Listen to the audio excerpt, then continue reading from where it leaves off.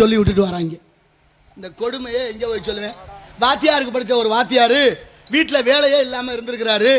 அவர் மனைவி ரொம்ப சங்கடப்பட்டு, என்னையா வாத்தியாருக்கு படித்த ₹1 பிரயோஜனம் இல்லாமல் ஏதாவது போய் பழவு பார்க்கப்படாதா அப்படின்னா அந்த ஆள் கோவிச்சுக்கிட்டு வேற ஏதாவது வேலை பார்ப்போம்னு கிளம்பிட்டார் வாத்தியார்.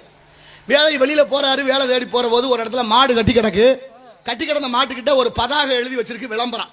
அதில் என்ன எழுதிருக்கு? மாட்டை சிரிக்க வைக்கணும், அழுக வைக்கணும், அத்துக்கிட்டு ஓட வைக்கணும்.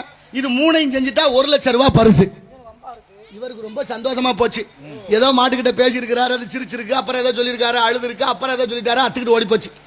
₹1,00,000 பரிசை வாங்கிட்டு வீட்டுக்கிட்டு போனால் அந்த அம்மா சந்தேகமாக பார்க்குது. ₹1 பிரயோஜனம் இல்லாமல் இவ்வளோ காலம் இருந்து விட்டு திடீர்னு ₹1,00,000 வர்றானே, எங்கே வந்தானோ ஏது வந்தானு அந்த அம்மா சந்தேகப்பட்டு கேட்டுச்சு. அவர் சொன்னார், ஒன்றும் இல்லைம்மா, போகிற வழியில் ஒரு மாடு கட்டி கிடந்துச்சு, மாட்டுக்கு ஒரு பரிசு அறிவிச்சிருந்தாக ஒரு போட்டி, அந்த போட்டியில் வெற்றி பெற்றேன். மாட்டை சிரிக்க வைக்கணும், அழுக வைக்கணும், அத்துக்கிட்டு ஓட வைக்கணும்னு சொன்னாங்க. நானும் போய் மாட்டுக்கிட்ட மெதுவாக சொன்னேன், நான் தான் வாத்தியாருன்னு.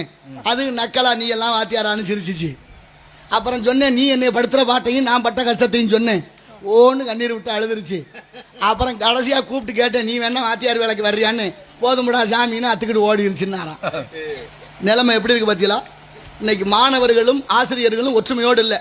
எப்படி வேணாலும் படிக்கலாம், உட்கார்ந்து படிக்கலாம், நின்றுக்கிட்டு படிக்கலாம், படுத்துக்கிட்டு படிக்கலாம், படிக்காமே இருக்கலாம், இல்லை முதுகை காட்டிக்கிட்டு கூட உட்காரலாம். நடந்துக்கிட்டு இருக்கா இல்லையா? அத்தனையும் பார்க்குறோம்.